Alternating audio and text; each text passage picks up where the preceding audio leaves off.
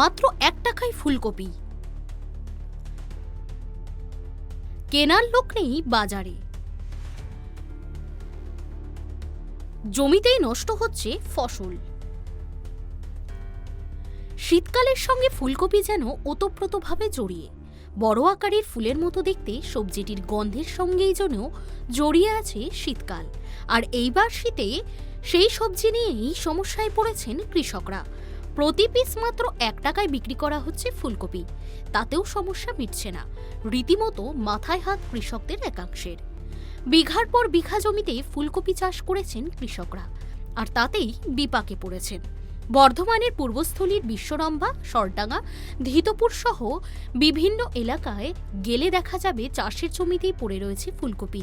চাহিদাই নেই, ফলন ভালো হলেও বিক্রি হচ্ছে না। কি দাম আছে এখন আপনাদের? এই 1 টাকা 1.5 টাকা। দাম নেই? না না, একদম দাম নেই। দামটা নেই কেন এখন? বাজারে বিক্রি হচ্ছে না, আমাদের ব্যবসাদাররা নিচ্ছে না।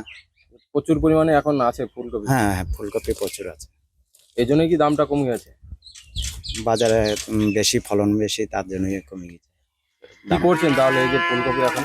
এখন ওই এনে গরুকে খাই দিচ্ছি। ফুলকপি এখন বিক্রি নেই বাজারে, মানে পাওয়া যাচ্ছে না দাম? 1.5 টাকা এরকমই।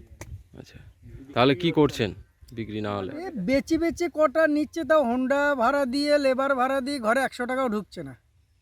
আর বাকি কিছু ফুটে যাচ্ছে, ওই ছাগল গরু খাচ্ছে লোকের, জমিতে ফেলে দেওয়া, লাস্টে চৈষও দিতে হবে। কি করবে? বাজারে নিয়ে হোন্ডা ভাড়া দিয়ে, লেবার ভাড়া দিয়ে 100 টাকাও ঘরে ঢুকছে না। তো কতটা লাগিয়েছেন এবছর ফুলকপি? ওই ছিল 1-1.5 বিঘা। তো এই দাম না পাওয়াতে কি সমস্যা হচ্ছে এখন? দাম না পাতে খরচা উঠবে না, চাষি যে খরচাটা করেছে সেই পয়সাটা তো ঘাটতি, তাতে টাকা না উঠলে চাষির সংসারটা বা চলবে কোথা থেকে?